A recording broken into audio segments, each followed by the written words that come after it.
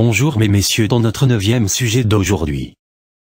D'abord, laissez-moi de vous dire que la règle principale que je devrais fixer bien dans ma tête, que je ne sors qu'avec une fille ordinaire, que c'est peut-être une fille intéressante, et que, peut-être, je pourrais lui donner une autre chance, pour une éventuelle deuxième rencontre, enfin, si je suis toujours disponible. Votre look. Oubliez ce que votre petite maman vous dit. La beauté est intérieure, la beauté est dans le cœur, la beauté est blabla. Vous savez, les vrais séducteurs s'habillent comme les princes.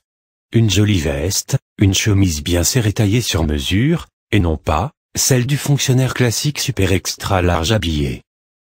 Enfin, mettez un joli pantalon bien assorti avec votre veste, qui, lui aussi, doit être sur mesure. En bref, mettez dans votre tête la phrase suivante. Désormais, tous mes vêtements doivent être sur mesure. J'ai oublié. Savez-vous que la première chose que les filles remarquent, sont vos chaussures? Un conseil, un dernier truc, il est toujours bon de sentir bon, ne surtout pas oublier un parfum à la fois, léger et séduisant. Le lieu du rendez-vous. En fait, ce sera les lieux.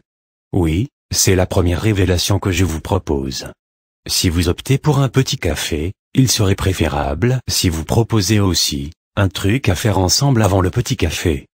Par exemple, demandez-lui de venir avec vous au centre commercial du coin, pour vous aider à choisir le cadeau de votre petite maman, ou, si vous voulez jouer avec la carte de jalousie, choisir un cadeau pour votre ex-copine à l'occasion de l'anniversaire de votre séparation. Non.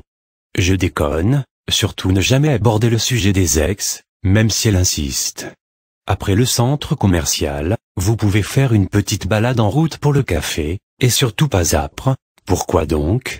Pour l'amour de Dieu, oubliez-les, je te raccompagne et, je te dépose, préférez toujours aller dans le chemin opposé, et ce, même si vous faites le même. Bon, je ferme la parenthèse et on se concentre ensemble sur le changement du lieu du rendez-vous. Quel intérêt? Très simple, en allant avec la princesse dans divers endroits. Elle aura l'impression qu'elle vous connaît depuis longtemps, c'est comme si vous êtes déjà en couple, et que vous partagez déjà vos activités, ce qui est toujours de bon augure. En fait, le calcul est simple. Supposons que vous êtes allés ensemble au centre commercial faire les boutiques ensemble, elles adorent ça.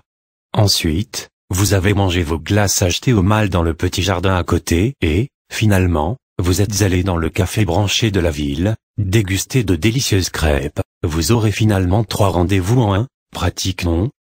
La première fois. Toujours dans le cadre du lieu du rendez-vous, si vous faites partie des hommes qui veulent laisser leurs empreintes et veulent marquer les femmes dès la première rencontre, c'est très simple. Offrez à votre dulcinée sa première fois. En l'occurrence, vous allez proposer quelque chose qu'elle n'a jamais fait. Si la princesse aime l'aventure, optez pour un truc extrême. Si elle aime la cuisine, invitez-la à découvrir un resto exotique pour goûter des plats qu'elle n'a jamais dégustés. En bref, demandez-lui tout simplement un truc qu'elle a envie de faire et qu'elle n'a jamais fait. Elle vous sera très reconnaissante, même si ça ne marchera pas entre vous, elle racontera sa sortie avec vous à ses meilleures copines et à ses petits-fils quand elle sera grand-mère.